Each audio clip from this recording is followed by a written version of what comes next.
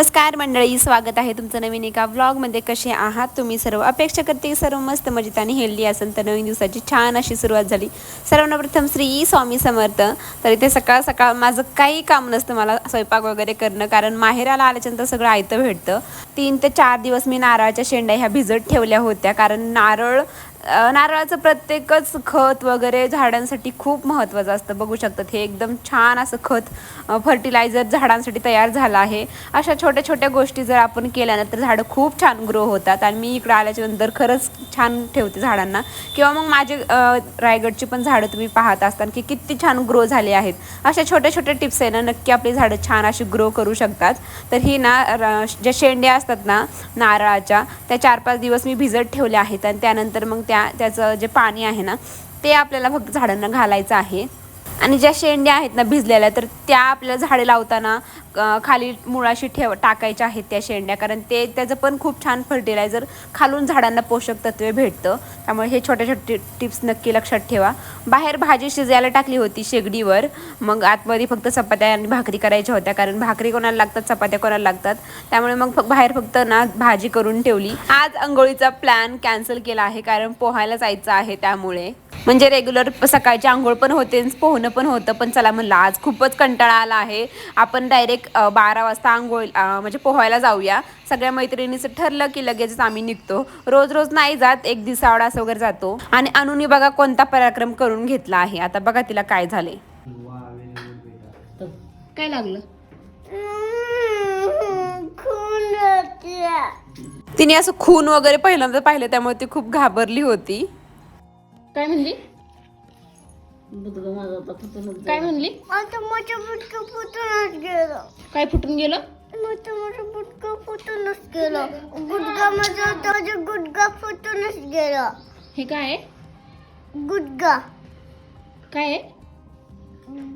गुटका बुदगा. गुटका काय आहे ते? गुडगा काय फुटून गेलं तुझं आता? गुडगा.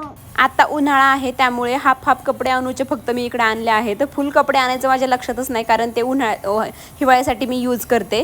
पण हाफ कपडे घातल्यामुळे अनु पडली खाली की लगेच गुडघे वगैरे फुटतात. आणि आमच्या शरीरात दोघींच्या इतकं रक्त आहे की लगेचच रक्ताच्या धारा व्हायला लागतात. तर इथे ना आईने रामफळ दिलं होतं अनुला. सीताफळ, रामफळ आणि चिकू वगैरे रोजचं आहे खायला, कारण इकडे भरपूर आहेत. समोरच झाडं असल्यामुळे पिकलं की लगेचच आणतो. नंतर ही पॅन्ट मला कशी वाटते नक्की सांगा कमेंटमध्ये.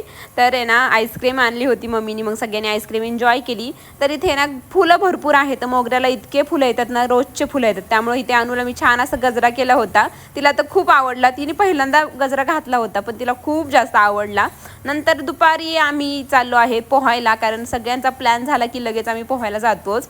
जसं की तुम्हाला म्हणलं की आज आंघोळ काही केली नव्हती, फक्त चेंज केलं कारण व्हिडिओ काढायचा होता. त्यामुळे मग चेंज केलं, लगेच आम्ही पोहायला चाललो आहे. गहू वगैरे बघू शकतात शेतामध्ये खूप सारं आहे, अजून काढायचं आहे गहू. आंबे वगैरे यावेळेस भरपूर लागले आहेत, त्यामुळे यावेळेस पाऊस काही थोडासा कमी येणार आहे, कारण आंबे भरपूर लागले आहेत. तर मुलं वगैरे पोहत, आणि विहिरीतलं पण पाणी बऱ्यापैकी खाली गेलं आहे, त्यामुळे उडी मारायला थोडंसं कसं तरी वाटतं. पण मी आज लगेचच उडी मारली, कारण मम्मी माझी गेली होती दौंडला आणि अनु घरी एकटीच होती माझ्या बहिणीसोबत. वहिनीच्या घरी तिला सोडलं होतं, त्यामुळे काही टेन्शन नाही. मग मुलांना म्हणलं चला सगळ्यांनी व्हायचं वरती, आम्हाला उडी मारायची आहे. आणि मी लगेचच उडी मारली, कारण खूप सारी मुलं होती, त्यांच्यात पंचायत नको, म्हणून मी लगेचच उडी मारली. आणि सगळे छोटे छोटे आहेत, म्हणजे भावासारखेच आहेत सगळे, आणि माझ्यापेक्षा खूप छोटे आहेत. म्हणजे माझा भाव 10वीला आहे, त्याच्या वर्गातलीच आहे सगळे. मग काय ते फायनली उडी मारली. साक्षीने माझ्या आधीच उडी मारली होती, त्यामुळे ती खाली आहे. मग छान असं आम्ही एन्जॉय केला इथे.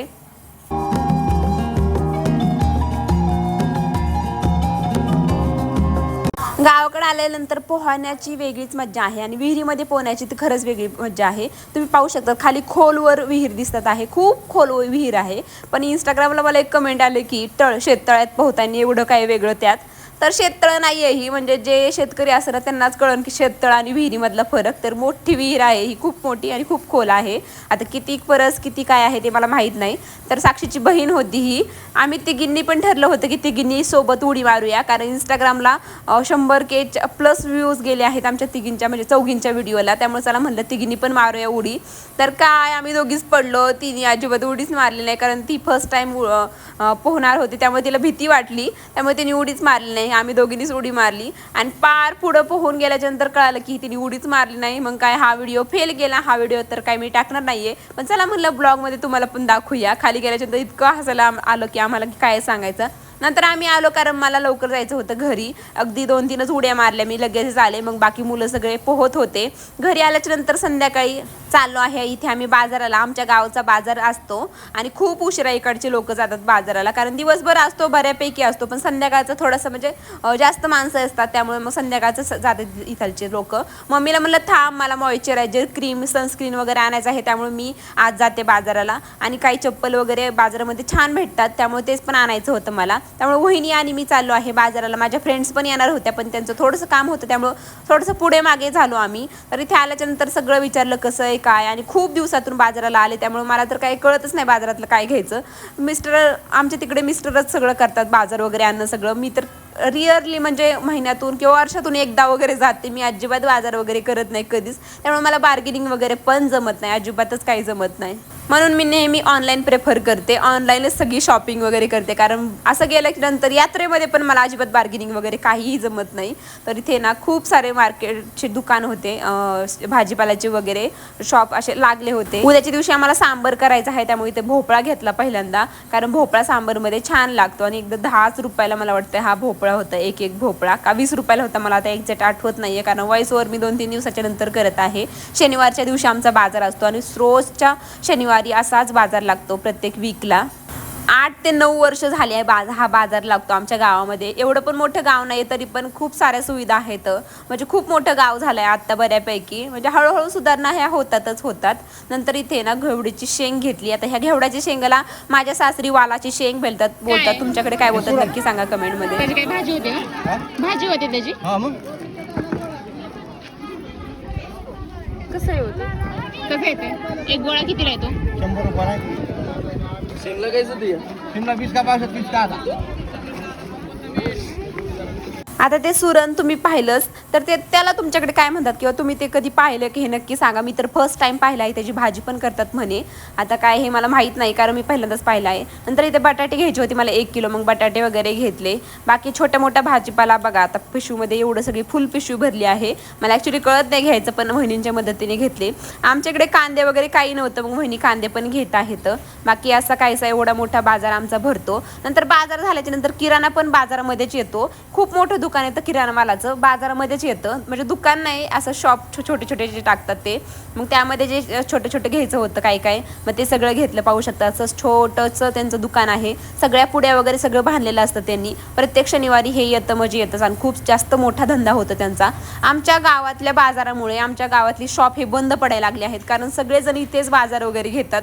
त्यामुळे खूप म्हणजे सगळे शॉप हे बंदच पडायला लागले. जवळजवळ 90% लोक आमच्या गावात असाच बाजारामध्येच असा किराणा माल वगैरे भरतात, त्यामुळे दुकानांमध्ये कोण जातच नाही. किराणा माल झाला की खाऊचं दुकान, मग इथे भेळ वगैरे घ्यायची होती, वडापाव घ्यायचा होता, समोसा पण घ्यायचा होता, कारण आमच्या घरात काहींना समोसा आवडतो, काहींना वडापाव आवडतो. आणि भजी पण घ्यायचे आहेत, पण भजी इथून नाही घेणार मी, दुसऱ्या दुकानातून घेणार.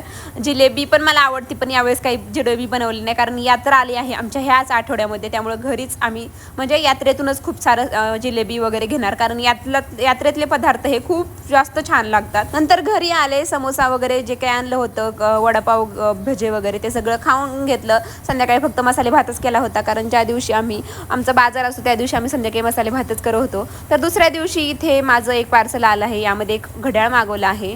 चला आता बघूयात आपण कसं आलंय काय घड्याळ. ॲक्च्युली आधी पण असं सेम घड्याळ होतं, थोडंसं वेगळं होतं, यावेळेस थोडंसं वेगळं आलं आहे. आणि पार्सल ओपन करायला अनुला पहिल्यापासूनच खूप जास्त आवडतं, मग तीच म्हणत होती की मला ओपन करू दे, पण हे प्लास्टिकचं नव्हतं. प्लास्टिकचं कसं ती पटकन फोडून वगैरे टाकती, लगेच ओपन करते, पण हे जे बॉक्स होता ना त्यामुळे अनुला काही ओपन करता आलं नाही. असं काहीचं घड्याळ मागवलं आहे, खूप सुंदर आहे, मिशोवरून मागवलं आहे.